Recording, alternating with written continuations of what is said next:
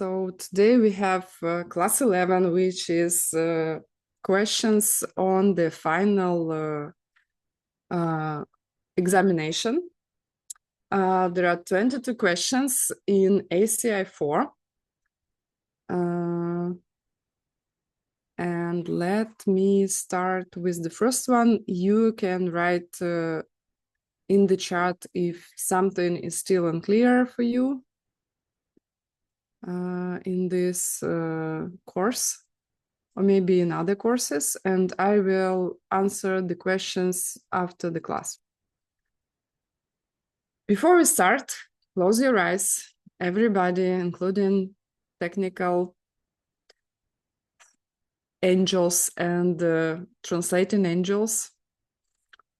Close your eyes and think about lots of good karma you are going to make during the next hour. I don't know, maybe we will go like 1 hour, 15 minutes. I will try to keep it short.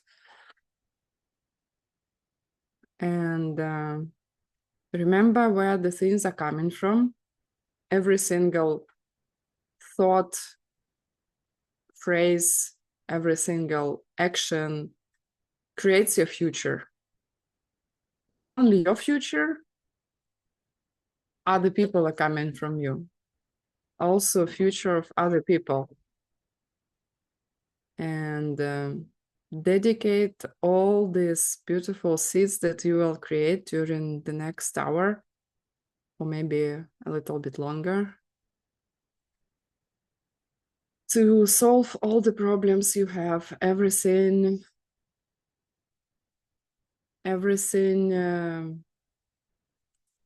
that you do not like,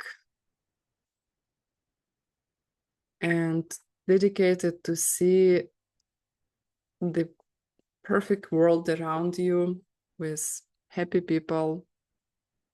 Nobody is hurting anybody else. Everybody is completely ethical. And the highest priority will be serving other people once these seeds will ripen. Open your eyes. Okay, then now we can really work. So the question number 1 is, give the Sanskrit and Tibetan name for Buddhist study of logic and perception, which is the same as the word for the correct or valid perception. So, and the word is tema, or in Sanskrit it will be pramana. That's it. Very easy first question. Strange enough, I noticed that the most difficult courses have the easiest final examinations. The easiest is for ACI 13, that is famous as being a bit complex, and Geshe Michael is saying that he lost most of his students during this course, which I also don't think it's a difficult course, but the easiest homework and the shortest. Okay, so then why we were studying this course? Because everything we do, everything we think is based on logic, even we do not know it. Logic is in the core of our personality. It is the main, it is a description how we function, how our mind functions. So the basis is logic. Then there can be dysfunctional logic for different reasons. And this course is to prove to ourselves first, and then you will be able to do it for other people, that something that you cannot see with your eyes, that is not directly available for you to prove to yourself, exists. For example, Buddhahood exists, nirvana exists, or like the path to get enlightened exists. People, and by people, I don't mean human beings, right? I mean persons, like Buddha Shakyamuni could ever exist, right? So, and we start with the definition of existence. What is to exist? How we can prove that something really exists? And we say that something that is perceived by a valid perception. Це ме мікпа юпе цені. Very famous in Tibetan. Це ме мікпа юпе цені.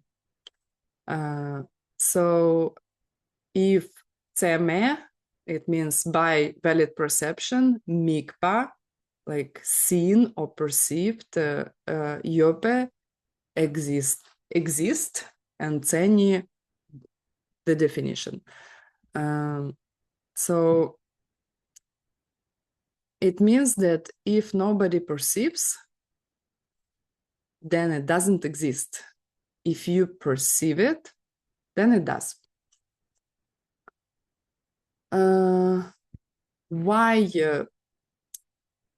the Buddha Shakyamuni himself says it is important to study logic? The next question number 3, what is the purpose of the logic? And I think this is probably the most important idea from this class. Why do we bother, right? Logic is famous for being a little bit different from what we usually think from, like some questions in the subject of logic. I was thinking, who thinks this way? I mean, consider all existing things. I mean, I have never heard before I started to do ACI, anybody would considering all existing things, right? So why we bother? There is a direct quote, and you're supposed to give the direct quote. And if you have difficulty to remember something like quotations, quotes, or there are just 3 or 4 really important definitions through the whole ACI course. Do your best, okay? Do your best to really study it. You will have better time to remember it with the time, but just do as much as you can. So the quote is, I, or someone like myself, can judge a person, but no normal person should judge another, for he or she will fall. It's a very beautiful quote in Tibetan also, if you want to study something short, that may be your quote. But what does it mean? It means that you do not read other people's minds unless you are sure you do. And people can make something unethical. You don't know what their motivation is. I mean, can it be an enlightened being teaching you a lesson? Probably. So you're supposed to say that something is incorrect if another person is doing something unethical. You're supposed to not to fall into the same mistake, right? But in your mind, you're not supposed to criticize. You can criticize the action. You cannot judge what's going on in other person's mind. All of your ideas about their motivations will be just a fantasy. You don't know. This is why. And the story behind it is the Buddha Shakyamuni himself suffered greatly had to spend lots of lifetimes in the hell realms after he criticized another monk who was thinking that he was breaking his monk's vows by teaching lay people, and he was thinking he was doing something inappropriate, but actually the monk unfortunately was an enlightened being. So because he tried to stop him from his enlightened activities, because he tried to criticize him, he had to spend lots of time in hell realms, and then he had very difficult time to get out of there. Then he reached the birth of animals. He had to be reborn, I think, 60 times as a dog. Then he succeeded to get a human's body, and he couldn't reach to the teachings. Then he succeeded to take monastic vows in the lineage of the Buddha who was before him, whose name was Kashyapa. And then he was breaking his monastic vows for many, many, many lifetimes until finally he really took the path and could move steadily. So because he suffered greatly, he warns, like, don't do it. Even you think somebody, especially, my God, somebody who teaches ACI courses, or another lineage of Buddhism or another religion, don't criticize. You don't know. Maybe for some group of people, this teacher is appropriate to get them at a little bit slightly higher level, right? So you can crush them if they teach emptiness incorrectly, right? But in your mind, we are not supposed to criticize. So question number 4. Name the 2 basic types of valid perception and what levels of reality they are used to perceive. So you remember that there are 3 levels of reality, right? Nungyur, Kokyur, Shinto Kokyur. Everybody knows Shinto Kokyur. Nungyur is the evident reality, like what we see, colors, shapes, which is very superficial, right? Yesterday, I had a small accident. I drove my car to the car maintenance, and I had to take it back. It's just 100 meters from my office.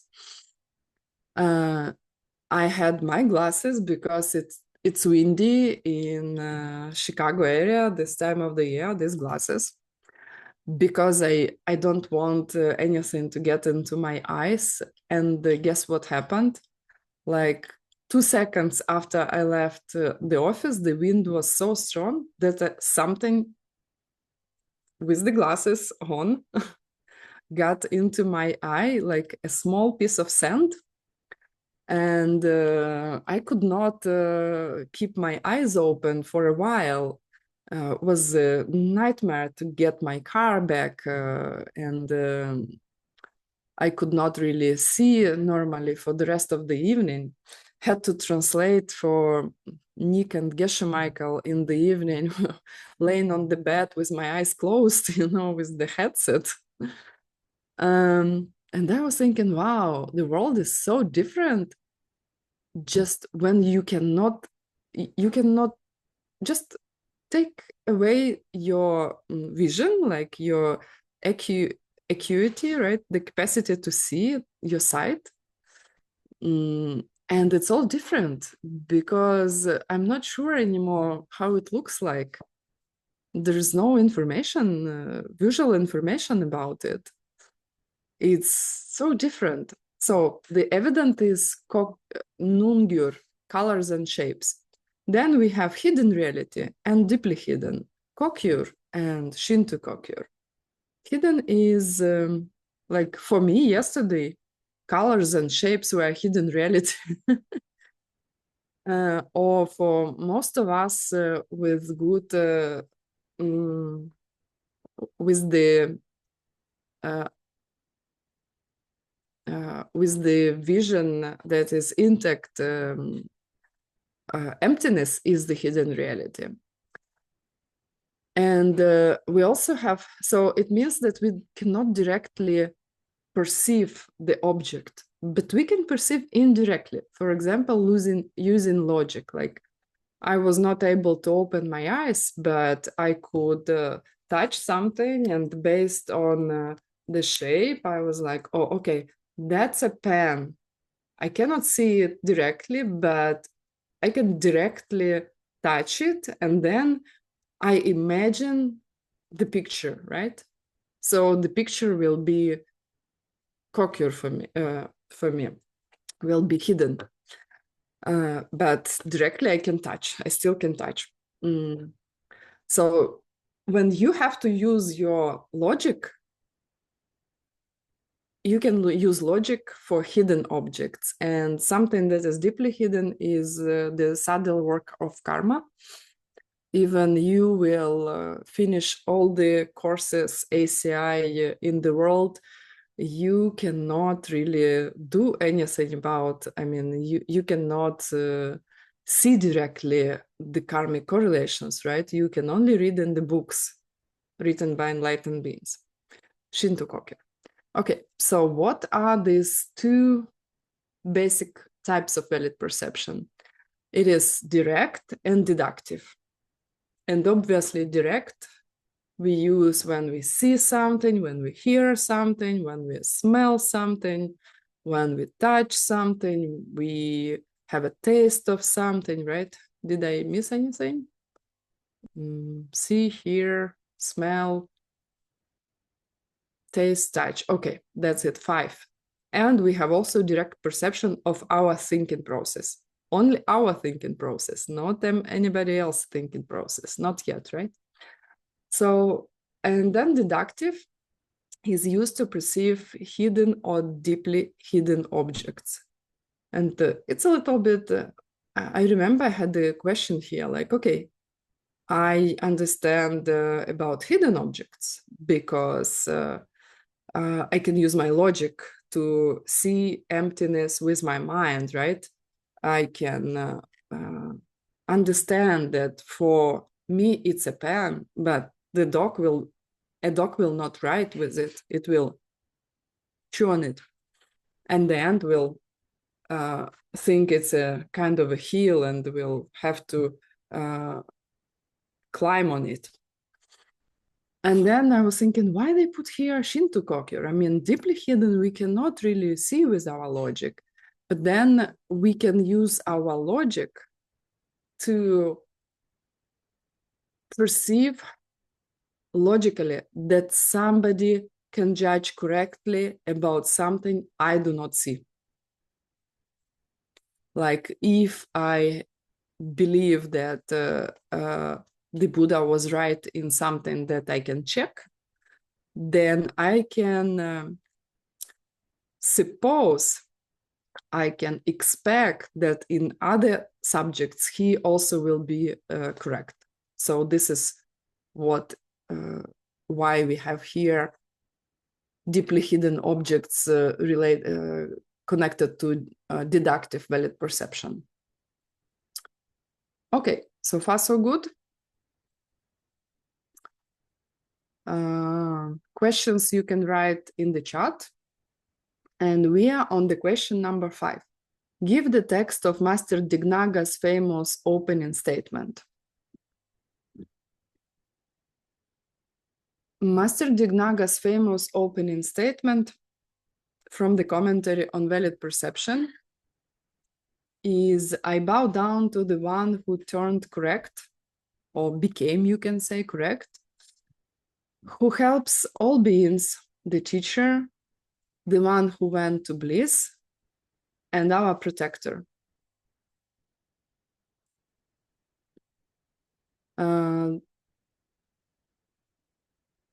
I don't think we will get into details because we had the whole class explaining why this statement is important, and basically it is describing the path, how they there is a forward and backwards order, and it describes the path, how somebody becomes an enlightened being, and backwards describes the reasons, the causes of every single chain in this process.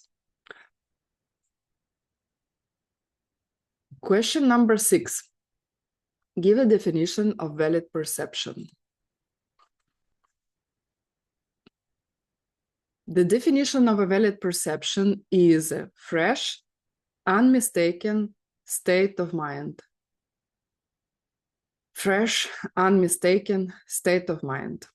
So according to the school of logic, don't forget, not every school, because for the highest school, they will disagree with this definition. It's not enough for the highest school, but for the school of logic, if you see something, you're not drunk, you're not under the influence of any drugs or negative emotions like extreme anger, right? When your perception goes like that, or like extreme fear, same.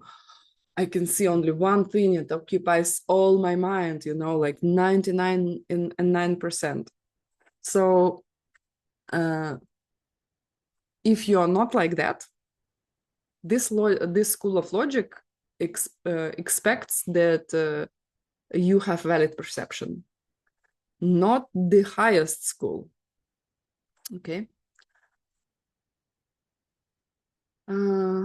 Question number 7. Describe very generally the meaning of the term person of valid perception. Tsemek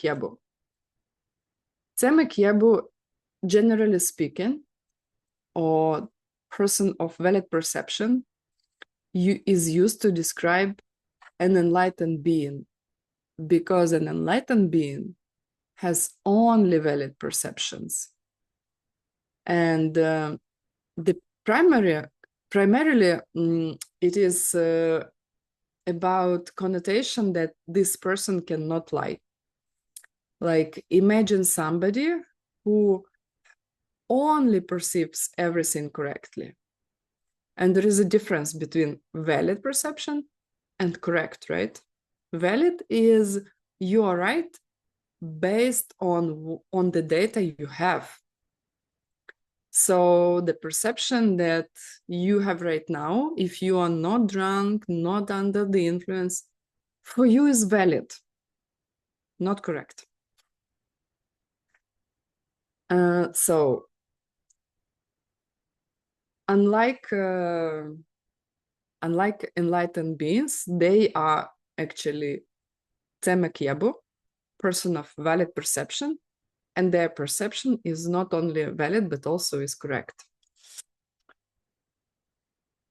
The next question, what are the 3 main methods for a normal person to determine what the Buddha is that the Buddha is totally correct about the very deep teachings he or she gave? I think with the Buddha Shakyamuni, we can say he.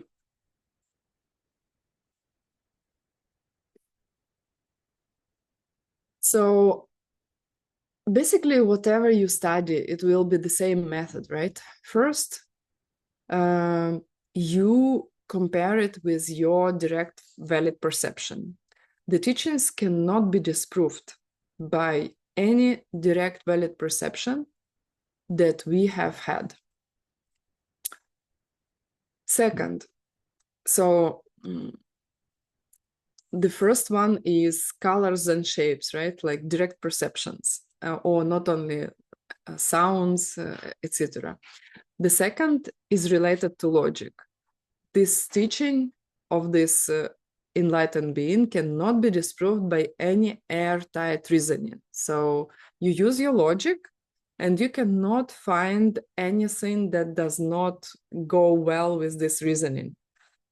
You know the laws of logic, you know the basics of the debates, and everything goes very smoothly with the logic. You cannot find any mistakes. And the third one, the teachings themselves are free of any inconsistency inside of them. So when he was teaching something before, should not contradict what he taught after, right? And if you are a little bit, how to say, if you are around here in ACI courses for a while, you think, wow, we have a problem here. Because wasn't it the same guy who taught four and a half different ways to understand the reality, which are different? I mean, obviously he contradicted himself, right? And it will take you some time to understand why this is correct, these three main methods.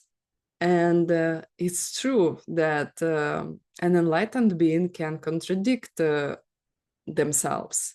Why? Because they have different students and they can read directly the students' minds, and they know that for these students, they can teach the highest, and these students are not as smart, less brilliant, and then he will help them. I mean, it's all about seeds, right? They don't have seeds that are that great. So he will help them to get their minds, they say, ripened. So they will help them to understand something a little bit higher, to get their consciousness on a little bit higher level, then a little bit higher, then a little bit higher, boom, enlightened. And these three methods in Tibetan are famously called Chepasum. Chepasum.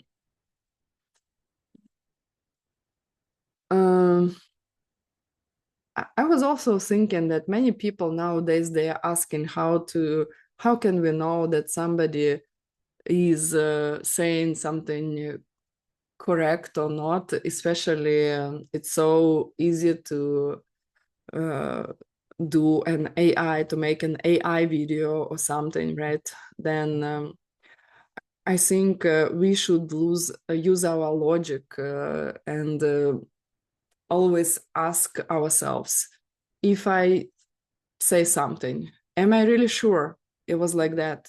Did I see? Did I hear it really?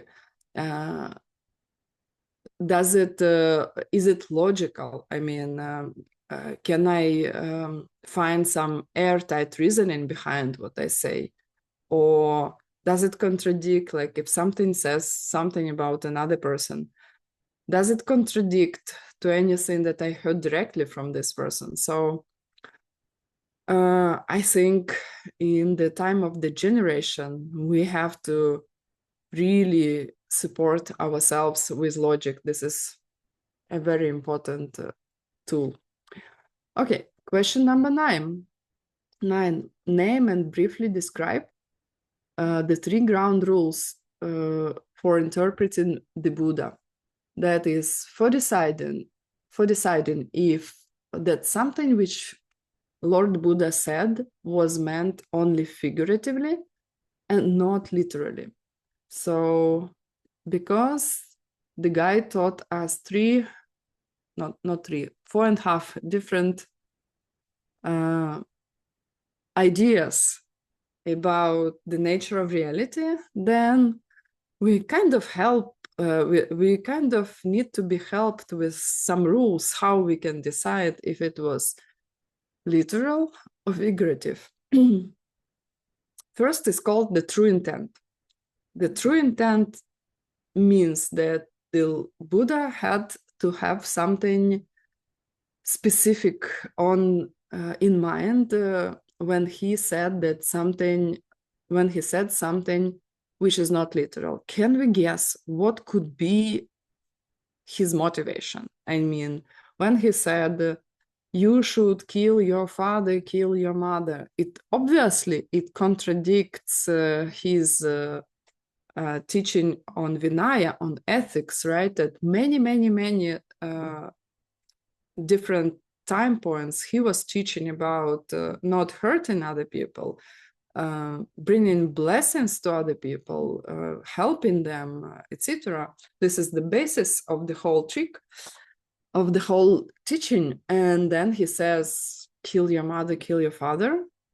Like, if my husband tells me, oh, please make sure you will break this cup, you know, and I know this is his favorite cup, I start to have subtle doubts. Maybe he is not literal, right? So first is, what could be the motivation? What is the true intent? Second, the contradiction. The statement that the Lord Buddha made must contradict what we know to be actually true. So we know for sure that the Lord Buddha didn't kill his mom and dad, right? And he taught something that is actually opposite. So maybe his true intent was to teach somebody something else, right? Because it contradicts what he was teaching, basically, and what we think his teachings are. And the third rule is the need. There must be a compelling need or purpose served by the Buddha saying something which is not technically true. So there should be an intent, motivation, contradiction, and the need. Motivation, he wants to teach a person something, I don't know, profound. Then contradiction, he taught, for example, higher teaching at this time point, and then he said something else, like something that is lower. Okay, there is a contradiction. And then there is a need, because the students were not able to grasp the highest meaning. For example, it was like that with the third turning of the wheel, when the Buddha, after teaching the highest school, Madhyamika, he taught the mind only for those students who were not capable to grasp the true meaning of Madhyamika Prasangika, which is the middle way. Okay, good with that. Question number 10. What does a person have to know in order to be all-knowing? I mean, that's a very profound question. It does not look like that. But when you are good in meditation, you literally, your mind becomes capable of grasping something really that is impossible to grasp to a normal human being. My husband is getting ready today to fly to London. He's flying tonight, and tomorrow he will be there. Maybe some of you are going to see him at ACI 1. Ola Fitzgerald, she invited us. Unfortunately, I cannot come this time, but he will represent us in London. And he cannot teach you today because he is running errands all day long before he will fly. He just came back yesterday from his training, and it's like he had a lot of travels. But when he teaches this subject, he talks about his experience in his 3-year retreat, and he said that your mind can become so still that there is no problem to count how many molecules there are in the wall. This is not what makes a person all-knowing. In order to become all-knowing, a person must know perfectly what it is that must that a person should give up in the behavior or worldview, and what must take up in the behavior and the worldview. It's not enough to know everything that the science wants to know, like names of all these things, or like quantity of the atoms in the universe. It's not like that. It's basically what makes you all-knowing is that you definitely know what this or that person should do in order to become enlightened, what they should give up, and what they should take up. Okay, the next question. What evidence do we have? The most important, right? I mean, you have, if you will be sincere, if you will be honest with yourself, the only thing that you have access to are not even your sense powers. Forget about it. You don't have direct access to your sense powers. You have direct access only to your consciousness, only to your awareness of what sense powers are perceiving, which you don't know if they perceive this thing or not, because it's already filtered, right? So what you know about the world is your eye consciousness, your smell consciousness, hearing consciousness, taste consciousness, touch consciousness, or awareness, in other words, and awareness of your thoughts. That's it. You don't have anything else that you can perceive directly. Then how can you that have access only to your awareness of sense powers and thoughts know that somebody can be unerring, right? That's a good question. Like, how can we decide how we function in the world overall, right? If so, there is only one thing actually that we can rely on, that we can perceive directly, mainly through our awareness of our thoughts, that make us think that the Buddha was right. And this is a direct perception of our suffering. We have direct perception of our awareness of sense powers, right? The awareness perceives the objects of sense powers.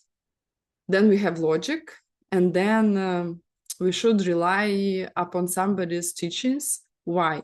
This is why. When they teach something that we can prove directly with our experience. So I don't know how about you, but before I came to these teachings, I have never heard somebody describing the life, and especially the suffering side of it, perfectly, as in these teachings. Like, only Lord Buddha Shakyamuni described our daily sufferings perfectly. And we can confirm it ourselves by our direct perception. It allows us to believe that maybe he is unerring, possibly, very possibly that he is unerring, which cannot be said of those who do not describe our suffering this way. That's it. So you have only one touch point, like in the Michelangelo, right? Famous painting, like the God and the human. Boom. There is only like perception of your suffering that you can confirm. Like people die, people get sick, there are wars, even you are absolutely have have absolutely no problems all your lifetime, you die anyway, right? So everything is suffering. Question number 12. The last of the four reasonings of the forward order involves great compassion. What is the difference between great compassion, holy great compassion, and just compassion? So, compassion is the wish that others be freed from common suffering. It's not about taking any responsibility to bring this about. It's just I would like to see other people to be freed from suffering. That's it. Great compassion is the wish that all others be freed from all suffering, and the decision to make this happen yourself, myself, the decision to protect. When I say, okay, this is my responsibility, I will take it on myself. I am responsible to see everybody else happy. Holy great compassion is the compassion of an enlightened being, of somebody who is actually helping all living beings. By the way, interesting that they help other living beings automatically. Once you reach enlightenment, you don't have to decide to help all living beings, right? This holy great compassion is in automated mode, like automatically you send your emanations to help living beings. Question number 13. Name 3 reasons why the Charvakas believed that the mind died when the body died. That's a very important place for Westerners, because I studied Tibetan. I have a teacher. I had a couple teachers, Tibetan teachers, and I also studied for a while with the monks from Saramay. And none of them, it does not come to their mind to explain the mind as it is explained in the West, in our Western scientific culture. They they laugh when we say that the mind comes from the brain. Like for them, it's completely illogical, and they do not know how on the earth somebody could think that, I don't know, potatoes grew from tomato seeds, you know. For them, it sounds like nonsense. And this is why it is important, because we can learn something here. So there were ancient, let's say, how should we call them? Ancient scientists or phenomenologists, probably we could call them, because they were thinking that only what they observe matters, right? And they were saying, these Charvakas, they were saying that the mind is a quality of the body, first. The reason number 1, in the way that the ability to make a person drunk is a quality of alcohol, which we deny in our teachings, right? The quality is not in the alcohol, right? Second, they were thinking that the mind by nature depends on the body, in the way that a picture put on the wall depends on the wall, depends upon this wall. So like if the wall will get destroyed, then the picture also falls or something. The mind, the third reason, the mind is a result of the body, in the way the light is a result of a lamp.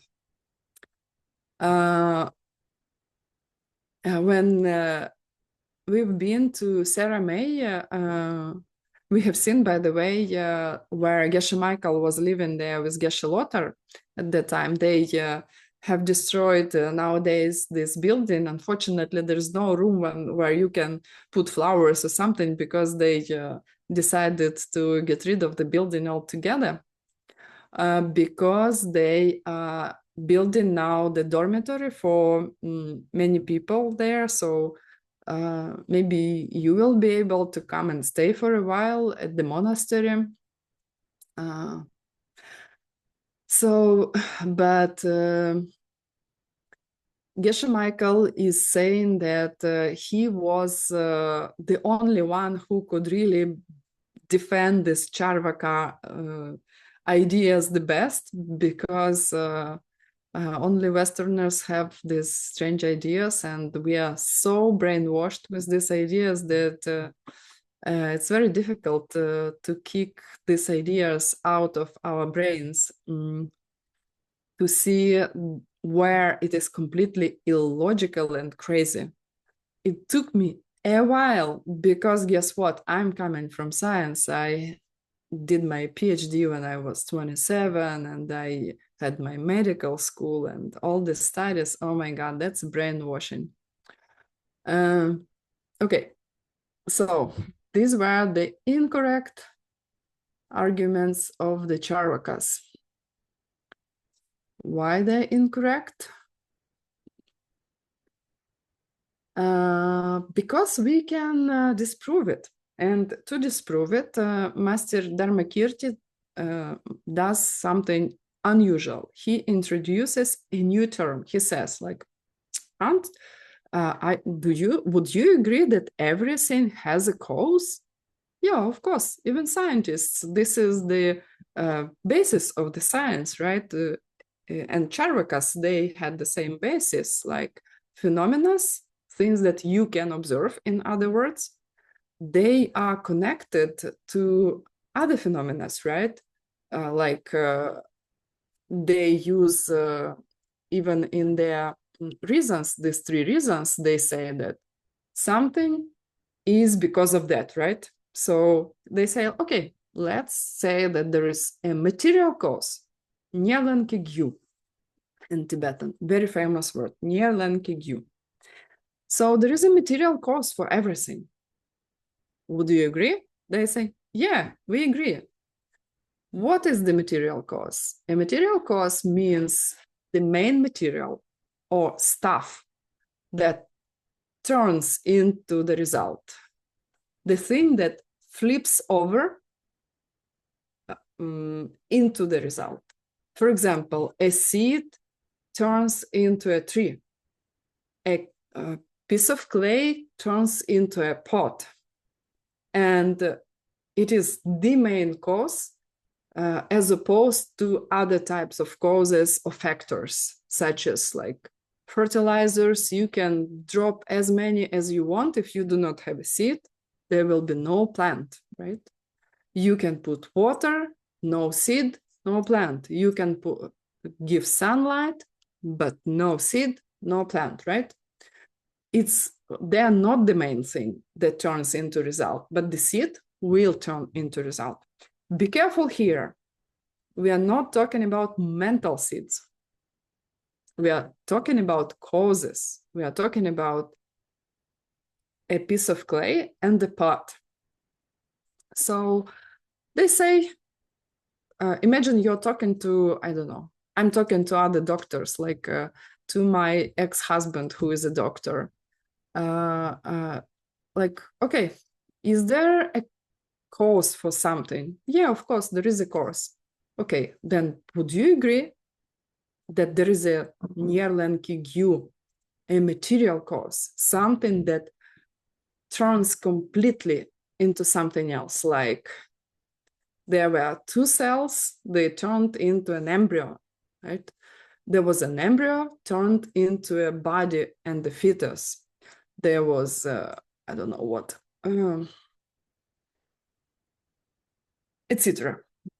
And then they use this Nierlenkigyu to crush their arguments, right?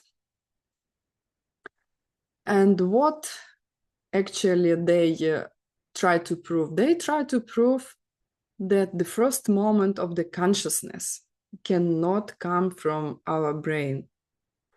There is a beautiful book. We have shown it to you. It is called Irreducible Mind, 800 pages by scientists, professors of Virginia University, UVA, University of Virginia. It's a university where Bill did his study. He met Professor Hopkins there, and the whole journey with this teaching started there. So very famous people, professors, academics from University of Virginia, they collected all the proofs that they could collect, like really provable cases, when you can clearly see that consciousness or the mind cannot be coming from the brain. Like a professor of mathematics who was very famous, and just by chance he did a CT or MRI of his brain, and they discovered that he had almost no gray substance in his brain left. He had some kind of type of hydrocephaly, and usually a person like that with 5% of brain less should be a deep idiot, you know, like would be like almost like a vegetable. And that guy was a professor of mathematics, and also many other cute other cool cases. So the next question is why can't the cause of your mind at birth be living physical matter, which is why your mind does not come from your brain?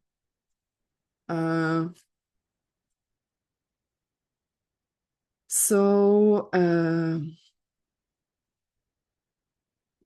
mean, in the course, you have all the possibilities, right? But here, Geshe Michael, I always,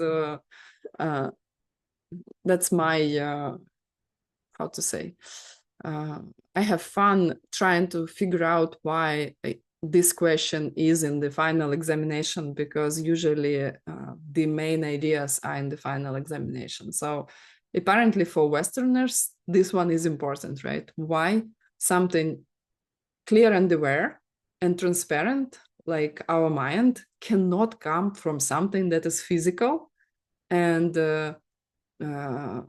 tangible, right? That the form and the color is completely opposite from our awareness, from our consciousness.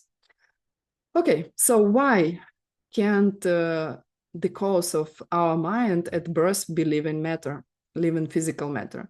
All living physical matter is involved with one or more sense powers. Imagine you have your mind that is created by living physical matter at birth. Then it should be either one sense power creating the mind, right? Or a combination of sense powers. So the mind cannot be coming from one of the sense powers, because it would have to reflect it, right? And the mind cannot come from a combination of them, because a person who is lacking this sense power, like blind or deaf, would never have a mind. But we see people that are losing their I don't know, like hearing capacity or vision acuity, and they still are pretty intact, right, mentally. So cannot be one of them, cannot be a combination of them, right? And yeah, and if it would be one of them, then my mind should be something in common with this sense power, which is that does not look like that, right? For example, I should be able to see clearly my memory with my memory, right? And it's not as clearly as when I see something directly with the eyes. So the mind cannot either have come either from all sense powers together or from some combination of them, because in case a person would lack any of sense powers involved, they could never have a mind. Why? Question 16. Like you say, okay, maybe it's not related to the sense organs, right? Then maybe it's just the brain, you know, maybe it's the fact that it consists of like outside physical matter, which is in ancient Tibetan and ancient Indians, they would think about main elements, physical elements. Why can't it come just from a physical, from something that is just physical matter, right? We can think about like physical elements, atoms, molecules, etc. So if they were the cause of the mind and birth, then a new mind would have to be produced once we have particular chemicals together. You know, you have like I was watching when my son was a little kid. We were watching together the cartoon that was called Full Metal Alchemist, about two brothers who lost their mom and they were grieving about it and grieving. And they decided that they will learn the spell and they will gather all physical elements of the human body to recreate her. So they did it. They had a bunch of, you know, like chemicals. They put all of them in the big heap, and then they did the spell, and it did not go well because one of them lost his body. This is why it's called Full Metal, because it became just a bunch of like a full metal trunk without anything inside. And I'm thinking every time about this cartoon, this anime cartoon, because scientists, they were thinking, okay, human's body, you need that much calcium, that much sodium, you know, that much water, that much, I don't know, nitrogen. Then if this would be true, somehow you would be able, if you mix it correctly, you know, to get something out of it. Of course, it does not happen. Even let's be honest, if only chemicals decide whether there is mind or not, then why do we have dead bodies, right? The chemicals are still there, but the life is not there anymore. I mean, I was a pediatrician.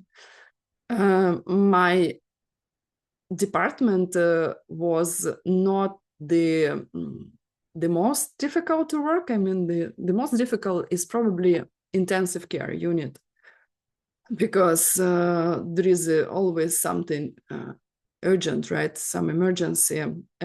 My department was second to it, like the early age children. And some children, they would have something genetic, you know, chromosomal aberrations, etc. And you would see them dying, right? Like 1 second ago, it was a living being. And then up, you have basically same elements all together. Nothing happened yet, but you can see that there's no life and there's no consciousness that you can access anymore. Or like I have seen my mom dying, right? So it's same body, and here she's still alive, breathing, and here she's not breathing anymore. Chemicals are still there. Then how would you explain that, right? So basically, if a combination of particular elements cause this caused this mind, then the mind would disappear whenever one of the elements would be removed from this combination. I mean, tomorrow I have less sodium in my blood and the mind disappears, right? Or like I develop deficiency of iron and then I get more stupid or what, right? So then, and additionally, of course, we cannot say that the mind can come out of physical matter because it does not have at all any qualities of physical matter, which is something that you can touch, you can see, like basically colors and shapes, right? The definition of mind is clear and aware. It's ineffable, it's crystal clear, without any physical boundary, cannot be weighted, waged, cannot be measured in size, complete opposite to physical matter. I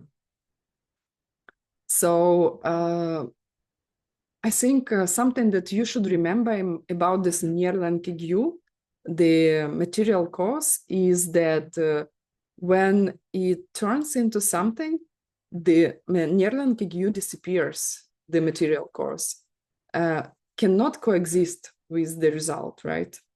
And they share the qualities, like the result should be similar to the cause also.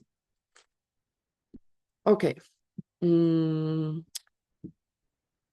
If we disprove, if we just refuted the idea that the mind can come from something physical, maybe it can be a mind of something else, like, I don't know, your parents, your neighbors, someone else. So the result of a material cause should resemble to the cause, should be similar.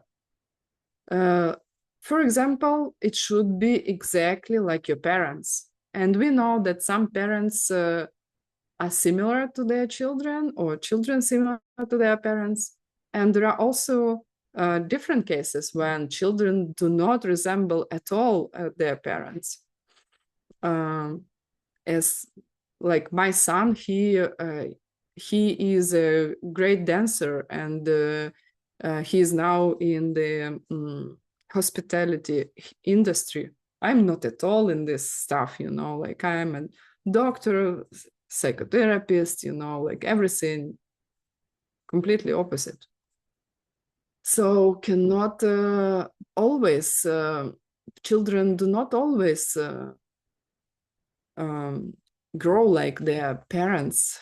And also, if we say that when the material cause turns into result, it would mean that I should lose my mind when I give the birth, right? Something like that should happen, which, thanks God, is not the case. And we are at question 18. What is the basic principle underlying Master Dharmakirti's argument in favor of past and future lives?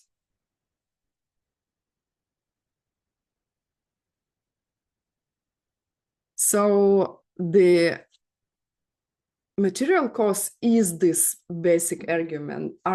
The result of a material cause must resemble to the cause. It should come after material cause, so the cause disappears. For example, the mind of a newborn baby at the moment of conception must come from another state of mind that occurred in the moment before, because the material cause of the mind at this moment should be a similar mind of the previous moment. And then where would this mind be, right? Somebody should be transferred into this body, like something like the mind should be transferred, or better to say, create this body. Again, so the cornerstone argument is that the result of the material cause resembles the cause and comes after it. For the new baby, the mind in the first moment of existence, whatever it is, conception, birth, doesn't matter, there was a first moment. And the mind of the first moment should come from something similar, which is previous moment of the mind.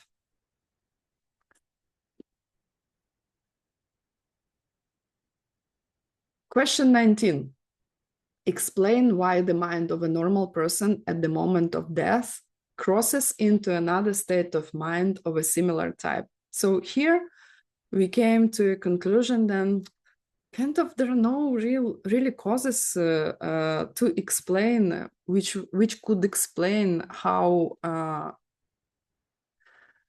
this newborn baby mind, where does it come from? And then the only possibility that left is that there should be somewhere a previous moment of this mind, probably the last moment of the previous lifetime. So why the mind of a person crosses into another state of mind after the death?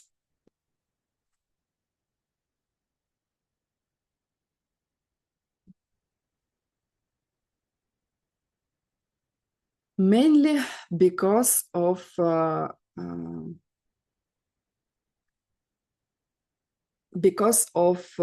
emotion of desire. And this is not the desire like for, I don't know, it's not the type of desire you may think.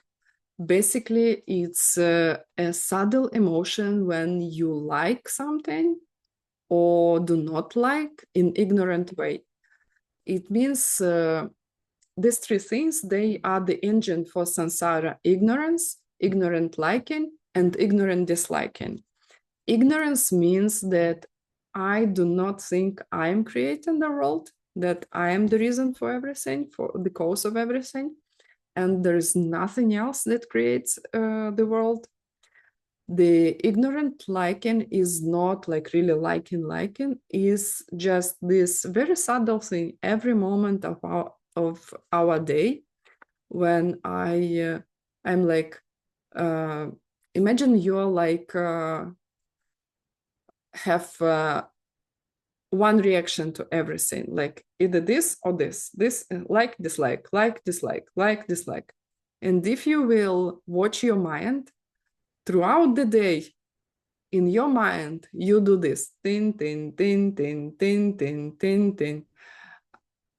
I see Artyom, like, I see, I don't know, a dog barking, dislike, you know, like, and these small things, tin, tin, tin, tin, tin, tin, tin, constantly planting seeds.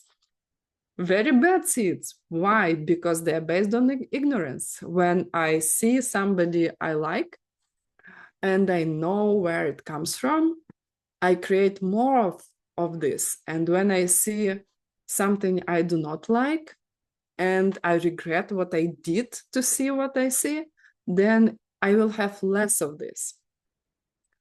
So a normal person has these emotions like ignorant, like, dislike in their mind through all their lifetime, and especially at the moment that we are interested in, which is the moment of death.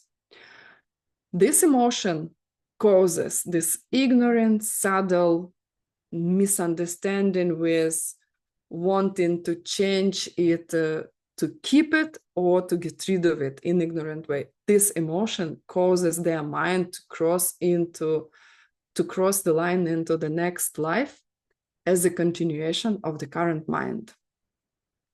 It's a big idea because for a normal person, you're like, really? If I will be dying and what do you suggest? Do you suggest that I should wish myself not to be reborn? I mean, then I will be what? And that's a big subject, because it does not mean that you will stop your existence, but maybe you will stop your suffering existence. But it's a big subject. You should think about it. Question number 20. Give the 3 parts for Dharmakirti's main proof for future lives. So there are 3 parts. First, consider the mind of a normal person at the moment of death. Second part, that mind will cross the line into a future mind. Third part, because that mind possesses desire. And you know already, because we just talked about it, that desire does not mean here desire. It means I want my self-existing self to continue. Basically, this is what it means at the moment of death. I like something about this, about being alive, and I want it to continue. And I do not understand the nature of this self, the empty nature of itself. And the fact that I do not understand the nature sends me into next suffering life instead of happy life, right? Question number 21. Name and describe the 3 types of the 8th link of the chain of dependence from the wheel of life. Why do we talk here about the wheel of life? Because this is we have 12 chains there. It starts with the ignorance, the first one, the blind man. But what really causes this stupid idea at the end of the lifetime, oh, I want to be reborn again. I want to recreate my self-existing me, right? What causes it? Actually, it's link number 8, 9. Basically, it's link number 8 and 9. So the question is to describe these 3 types of the 8th link, which is desire, right? Desire, the man feasting, and link number 9 will be like advanced desire, monkey grabbing the fruit, like up. So desire is first. Craving desire was the initial translation by Geshe Michael, but it's actually what it means, because he changed several times the translation here. It means an emotion when you like something in ignorant way, like this, like thumb up, like, dislike. This is like in ignorant way. Something that is independent from my seeds is attractive to me, and I want to keep it. Second type of this 8th link is craving fear. What it actually means is dislike. Like in ignorant way, I want to avoid unpleasant objects. So I do not want to die, right? Because the death is not coming from me. I do not want to get hurt. I do not want to be afraid, etc. in ignorant way. And first, by the way, is called Döse, and second is called Jikse. And the third one is craving for existence. And what it means here is when you ignorantly want to continue this me to exist. And this is exactly what happens at the moment of death. So ignorant liking you can have throughout your lifetime, ignorant disliking you can have throughout your lifetime, but this craving for existence you can feel when you are really threatened, when your life is threatened. You can think now about any time when you were thinking you will die. I remember when I had every time when there is turbulence in the airplanes, like I have this fear, or a person who, you know, like if you will push somebody, that they will think they will fall off, I don't know, off the roof or something. That everybody has it. It's instinctive, unfortunately. And it happens at the moment of death when you are taken by this fear that your being is ending. You think, and it's called sise, and you think that, oh, I can stop existing. I will end myself. I will end.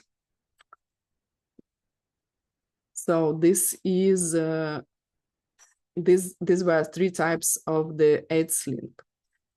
And we have the last question, almost in time, almost. The key to why craving triggers your existing karma at the moment of death is how to focus upon yourself. Describe the 4 levels of focusing upon yourself and explain which ones can trigger this karma. That's a very cool question. So there are 4 types. First, I can focus on myself, on me in general way, without checking or examining my true nature. And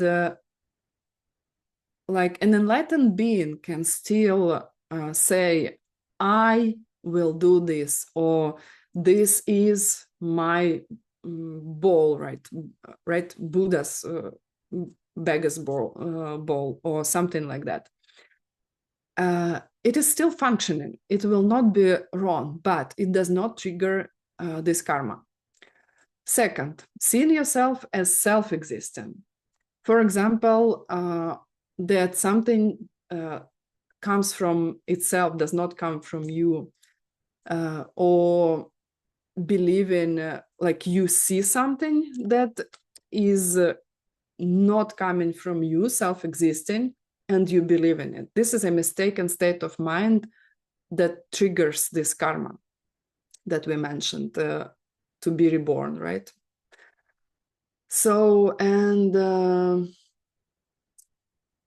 third state of mind that you can have during the death process is when you see yourself as self-existent, still this way, but you do not believe what you see, because you have the experience already previously to see emptiness directly.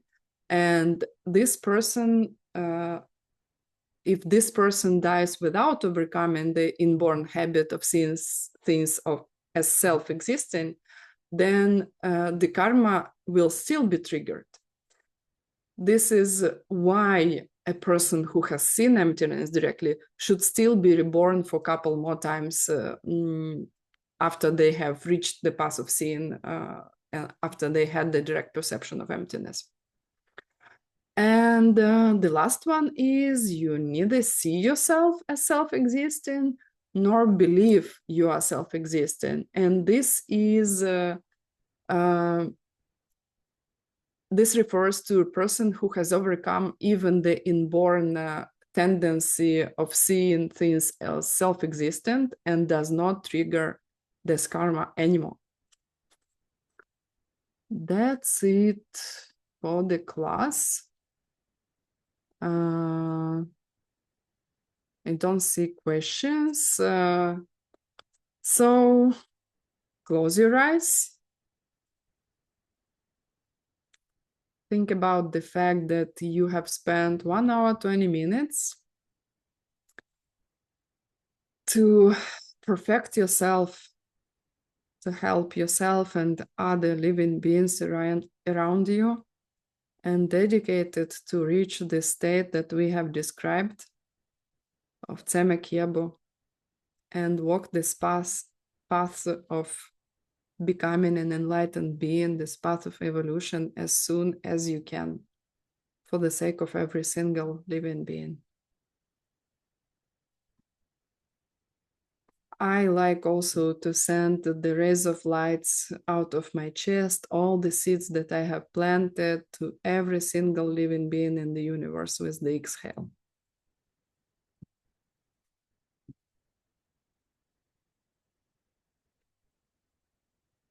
Go back to your breathing, open your eyes. Thank you, everybody. See you in, I think next week. We will do class 11 for ACI 5. Then additionally, I don't know when Bill will be back exactly, probably in 1 week or so. And we will schedule also, we owe you class 11 for ACI 3. And we didn't finish it because Bill was busy, and I really want you to hear his takeaway, because he did his 3-year retreat. He had the highest, he reached the highest levels of meditation. It's a blessing to hear from such a person this class. I mean, about meditation, definitely. And then in June, we will do ACI 6. And for me, this is about the path of evolution for every single living being, one of the most important courses in ACI. And that's it. We will schedule one more class on Tonlin because I taught it last week. And I suggest if you consider yourself as our students, please make sure that you practice Tonglen at the very first of the meditations, because this is so important. Bill did Tonglen even in his 3-year retreat. Throughout the whole retreat, every single day he was doing Tonglen. So it's the first practice, and it's one of the most important practices. Okay. Thank you, volunteers. Thank you, translators. You are amazing. I'm sorry for speaking too fast. If I did, I tried not to. I don't know if I failed. So you are amazing. Please stay. If you want to volunteer, we are always happy to have more volunteers.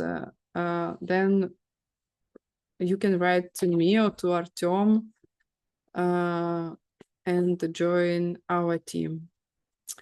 We love you. Bill also loves you. My love, you want to say at the very least, wave them? He's very busy. He's running errands today. Got to get to London this afternoon. Yeah, he's flying to London. And I'm making sure the business goes smoothly. Yeah. Okay. Okay. Thank you. Bye, guys.